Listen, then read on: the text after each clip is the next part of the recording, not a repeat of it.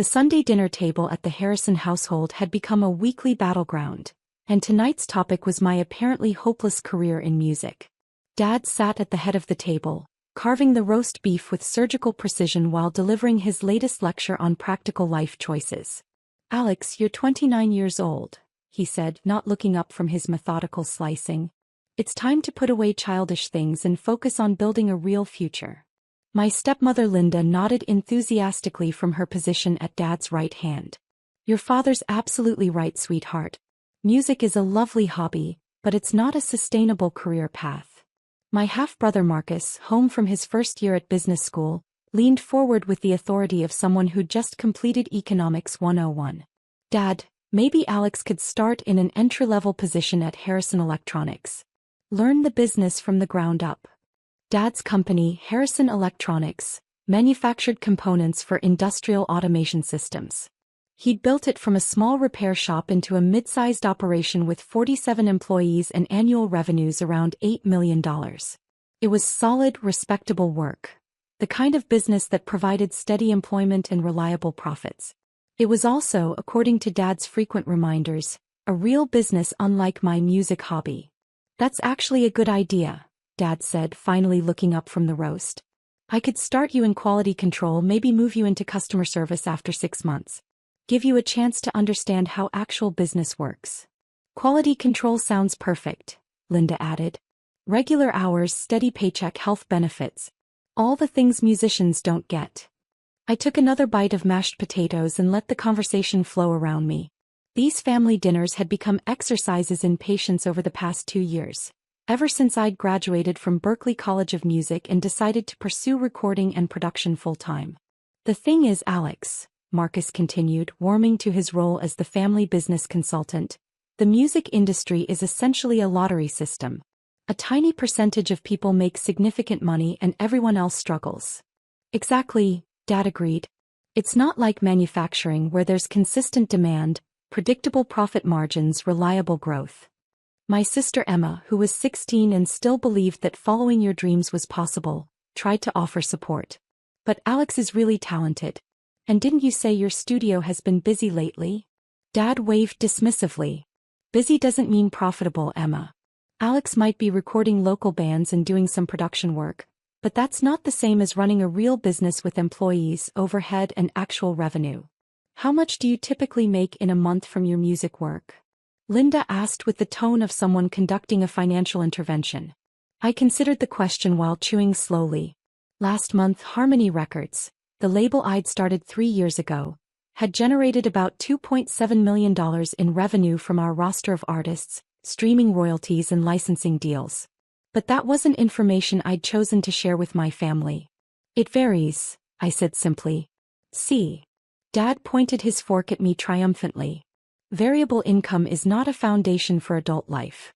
You need consistency, security, a career path with advancement opportunities. Plus benefits," Linda added.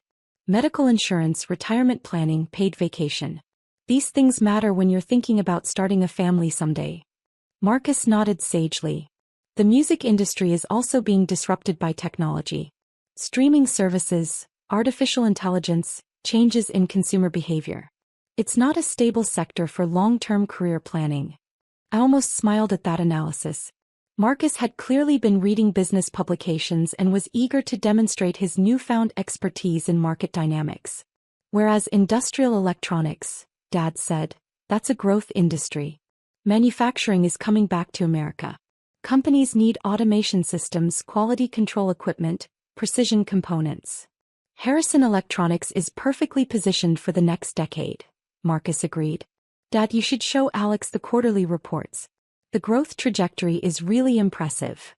"I'd be happy to," Dad said. "Alex, you could learn a lot about business fundamentals by studying how we've grown from a 2-man operation to what we are today." My phone buzzed with a text message. I glanced at it and saw it was from David Chin, my business manager at Harmony Records. "Alex, the Harrison Electronics acquisition just got final legal approval. All papers signed. Congratulations on your newest subsidiary." I felt that familiar flutter of satisfaction mixed with anticipation. The Harrison Electronics acquisition had been in development for 4 months, ever since we'd identified Dad's company as a strategic addition to our growing portfolio of manufacturing investments. Sorry, I said, setting my phone aside. Work message. Work? Dad asked skeptically. What kind of work emergency do musicians have on Sunday evening? Just some business details to sort out. Linda exchanged a meaningful look with Dad. Sweetheart, we're not trying to diminish what you do. But maybe it's time to think about what business means in a traditional sense. Traditional business, Marcus explained helpfully, involves scalable revenue models, predictable cash flow, tangible assets, and clear growth strategies. I nodded politely while he continued his lecture on business fundamentals. Take Dad's company, for example. Harrison Electronics has real assets: equipment, inventory, customer contracts, intellectual property. It generates consistent revenue through established relationships with industrial clients. Exactly, Dad said. That's what I've been trying to explain to you, Alex. Music might be personally fulfilling, but it doesn't create lasting value the way manufacturing does. Emma made another attempt to defend me. But Alex has won some awards, right? For production work. Awards don't pay the mortgage, Dad replied. I'm sure Alex is talented, but talent without business acumen doesn't lead to financial security. That's why working at Harrison Electronics would be so educational, Linda suggested. Alex could learn how real businesses operate while still pursuing music as a side interest. My phone started ringing. The caller ID showed Michael Torres, Corporate Development. Michael was my head of acquisitions at Harmony Holdings, the investment arm of Harmony Records. We'd been expanding beyond music into other industries, particularly manufacturing companies that could benefit from our capital and management expertise. I should take this, I said, standing up from the table. Alex, we're in the middle of family dinner, Dad said with mild irritation. I know, but it's important. I'll just be a minute. I stepped into the kitchen to answer the call. Michael, what's the status on the Harrison deal? Everything's finalized. We officially own Harrison Electronics as of 5 p.m. today. The purchase price was exactly what we discussed, $12.8 million. I felt a surge of satisfaction. Dad's company was indeed well-run and profitable, exactly the kind of solid manufacturing operation that fit perfectly into our diversified portfolio. And Robert Harrison has no idea about the ownership change? None at all. The acquisition was structured through our holding company, Meridian Industries, so his name will never appear on any documentation he'll see. As far as he knows, he's now working for a private equity firm that specializes in manufacturing acquisitions. When do we inform him? Tomorrow morning. I've scheduled a meeting with him and his management team to discuss the transition. Should I handle it personally, or would you prefer to be there? I looked back through the doorway at the dining room, where my family was continuing their analysis of why my music career was impractical and unsustainable. I'll handle the Monday meeting personally. Are you sure? This might be complicated given the family relationship. That's exactly why I should handle it personally. When I returned to the dining room, the conversation had moved on to Marcus's internship plans for the summer. The experience at Goldman Sachs will be invaluable, Dad was saying. Investment banking teaches you how real money gets made and moved. Plus the networking opportunities, Linda added. Marcus will be meeting people who actually understand high-level finance. I sat back down and resumed eating while listening to their discussion of Marcus's bright future in traditional business. Alex, Dad said, turning his attention back to me, have you given any more thought to my offer? Which offer? Working at Harrison Electronics. Starting in quality control, learning the manufacturing business. I appreciate the offer, Dad. But I'm pretty committed to my current projects. Dad set down his knife and fork with the deliberate patience of someone preparing to deliver hard truths. Alex, I love you and I want what's best for you. But commitment to projects that don't generate real income isn't the same as building a career. Dad's right, Marcus said. Opportunity cost is a real factor here. Every year you spend pursuing music is a year you're not building equity in a traditional career. Plus, Linda added, you're not getting any younger.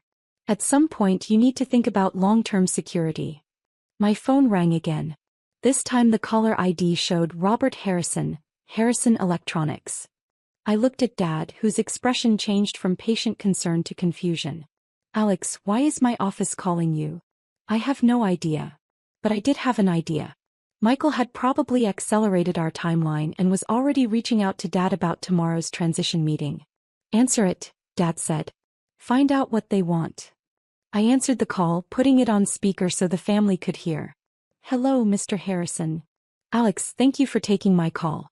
I'm calling about a meeting tomorrow morning regarding some changes at Harrison Electronics. Dad's fork stopped halfway to his mouth. Changes. Mr. Harrison, this is Robert Harrison. You're on speaker with my family. What kind of changes? Oh, hello, Robert. Well, we've been acquired by an investment firm called Meridian Industries. They want to meet with all key personnel tomorrow to discuss the transition. Acquired. Dad's voice was barely audible. Yes. It happened very suddenly. Apparently, they've been researching our company for months and made an offer we couldn't refuse. Dad looked at me across the table, his expression a mixture of confusion and dawning concern. How much did they offer? Marcus asked. $12.8 million. All cash, no financing contingencies. Linda gasped audibly. Marcus dropped his fork entirely. $12.8 million? Dad repeated slowly. It's actually quite generous, given our size and market position. The acquiring firm specializes in growing mid-sized manufacturing companies. Who owns this Meridian Industries? Dad asked. That's the interesting part. It's owned by someone in the entertainment industry. Apparently, they've been diversifying into manufacturing as a long-term investment strategy. I felt my stomach drop. Michael had clearly decided to accelerate the revelation timeline. Someone in entertainment? Dad's voice was getting higher. Yes.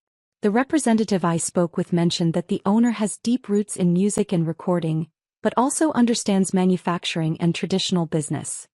Dad was staring at me across the table with an expression I'd never seen before. Mr. Harrison, Dad said carefully, who exactly owns Meridian Industries? Well, Robert, that's actually why I'm calling Alex. It turns out the owner of Meridian Industries is someone your family knows very well. The silence in the dining room was complete except for the ticking of the grandfather clock in the hallway. Who is it? Dad whispered. Your daughter, Alex Harrison. She owns the company that just acquired Harrison Electronics. Dad's fork clattered to his plate and he stared at me with his mouth open. Alex owns what? Linda asked faintly. She owns Meridian Industries, which just purchased Harrison Electronics for $12.8 million. Marcus was staring at me like I'd started speaking in ancient languages. Alex, is this some kind of joke? I looked around the table at their shocked faces. At Dad, who had spent the evening explaining why musicians don't make real money. At Linda, who had been worried about my lack of health benefits. At Marcus, who had been lecturing me about business fundamentals. It's not a joke. Alex, Dad said slowly, how do you own a company worth $12.8 million? Actually, Dad, I own several companies. Meridian Industries is just one subsidiary of Harmony Holdings. Harmony Holdings? I pulled out my phone and showed them the corporate website. It's the investment arm of Harmony Records, which is my record label. Your record label? Linda's voice was barely a whisper. The music business I've been building for the past 3 years. Marcus was scrolling through the Harmony Holdings website on his own phone. Alex, this shows annual revenues of over $50 million. Last year was good. This year we're tracking towards $75 million. Dad was still staring at his plate, processing the magnitude of what he'd just learned. Alex, he said finally, if you own a $50 million company, why didn't you tell us? I looked around the table at the family members who had spent the evening explaining why my music career was impractical and financially unsustainable. Because every time I've tried to discuss my business, you've dismissed it as a hobby and suggested I get a real job. We didn't know. You didn't ask. You assumed that because I work in music, I couldn't possibly be successful in traditional business terms. But Alex, Marcus protested, you never mentioned owning multiple companies or having employees or generating this kind of revenue. Marcus, 3 months ago you suggested I consider an entry-level position at a marketing firm because music doesn't provide career advancement opportunities. His face flushed slightly. I was trying to be helpful. You were trying to manage someone you decided was failing. Linda was reading something on her phone. Alex, there's an article here about Harmony Records. It says you've signed artists who've won Grammy nominations. 3 nominations this year, actually. And you've been featured in Billboard magazine as one of the top independent label executives under 30. That article came out 6 months ago. Dad looked up from his plate. Alex, why are you acquiring Harrison Electronics? Because it's a well-run, profitable company in a growth industry. Exactly the kind of manufacturing operation that fits into our diversified investment strategy. But it's my company. It was your company. As of 5 p.m. today, it's a subsidiary of Harmony Holdings. The reality was finally sinking in. Dad, who had spent the evening lecturing me about business fundamentals and practical career choices, was now learning that his impractical musician daughter had just purchased his company. What does this mean for my position? He asked quietly. I looked at my father, successful, hard-working Robert Harrison, who had built his company from nothing but had somehow convinced himself that his daughter's music career was worthless. It means we'll discuss your role in the company during our meeting tomorrow morning. Our meeting? At 9 a.m. The Harmony Holdings conference room downtown. We'll be reviewing the transition plan and discussing management structure. Management structure? Dad, you'll still run day-to-day operations, but you'll be reporting to the new oversight team I'm installing. Marcus was still reading articles on his phone. Alex, it says here that you own a recording studio complex worth $8 million. $9.2 million, actually. We expanded last year. And you have distribution deals with major streaming platforms. And physical distribution through traditional retail channels. Linda looked up from her own phone. Alex, this article says you've been invited to speak at industry conferences about the future of independent music business. I spoke at 3 conferences this year. About business strategy and revenue diversification. The music industry has become very sophisticated in terms of multiple income streams and investment opportunities. Dad was quiet for a long moment, staring at his dinner as he processed this complete revision of his understanding of my career. Alex, I feel like an idiot. You're not an idiot, Dad. You just didn't have complete information. I've been lecturing you about business success while you were building something I couldn't even comprehend. You've been trying to look out for me based on what you thought you knew about the music industry. What I thought I knew was apparently completely wrong. Marcus looked up from his phone. Alex, this article says Harmony Records has been approached by major labels about acquisition offers. Several times. We've declined. Why? Because independence gives us more creative control and better profit margins. But surely the offers were substantial? I considered how much to reveal. The largest offer was $47 million. The number hit the dining room like a physical force. Emma actually dropped her water glass. $47 million? Dad asked weakly. For just the record label portion of the business. They weren't interested in the manufacturing investments or studio properties. Linda was staring at me like I was a completely different person. Alex, if someone offered you $47 million for your company, why do you still drive that old Honda? I looked around the table at their confused faces. Because the car works fine and I'd rather invest the money in growing the business than in luxury items. But you could afford. I could afford a lot of things. I choose to live modestly and reinvest profits. Dad finally looked up from his plate. Alex, what happens tomorrow? Tomorrow we discuss the integration of Harrison Electronics into the Harmony Holdings portfolio. And our family relationship? I thought about the past 2 years of Sunday dinners, about listening to lectures on practical career choices while quietly building a business empire that now included Dad's company.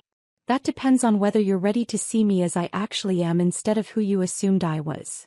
I'm ready, Dad said quietly. And Alex? Yeah. I'm proud of you. I should have said that years ago instead of trying to fix something that wasn't broken. Emma, who had been quiet during most of this conversation, finally spoke up. Alex, does this mean you're really, really successful? I smiled at my little sister. I'm successful by any measure you want to use them, including the traditional business measures Dad and Marcus have been talking about. That's so cool. What's cool is that you never doubted it, even when everyone else was trying to convince me to give up. Later that evening as I was leaving for home, Dad walked me to my Honda. the same modest car that had been evidence of my financial struggles. Alex, can I ask you something? Sure. When you acquire Harrison Electronics tomorrow, what are your plans for the company? I plan to expand the operations, invest in new technology, and probably double the workforce within 3 years. You're not going to shut it down or sell off the assets? Dad, I don't buy companies to destroy them. I buy them because I see their potential and want to help them grow. He nodded, relief evident in his expression. There's something else I need to say. What's that? You were right about music being a real business. I was wrong to dismiss it, and I'm sorry. Thanks, Dad. That means a lot. And Alex? Yeah. Next Sunday, instead of telling you what's wrong with the music industry, maybe you could tell us what you're doing right with it. As I drove home, I reflected on the evening's revelations. Tomorrow, Dad would walk into his first meeting as an employee of a company I owned. The family would have to adjust their understanding of my music hobby. But the most satisfying part wasn't the financial success or the business acquisition. It was finally being seen for who I'd become instead of who they'd assumed I was. Sometimes the best revenge isn't proving people wrong. It's showing them they never understood what you were building in the first place.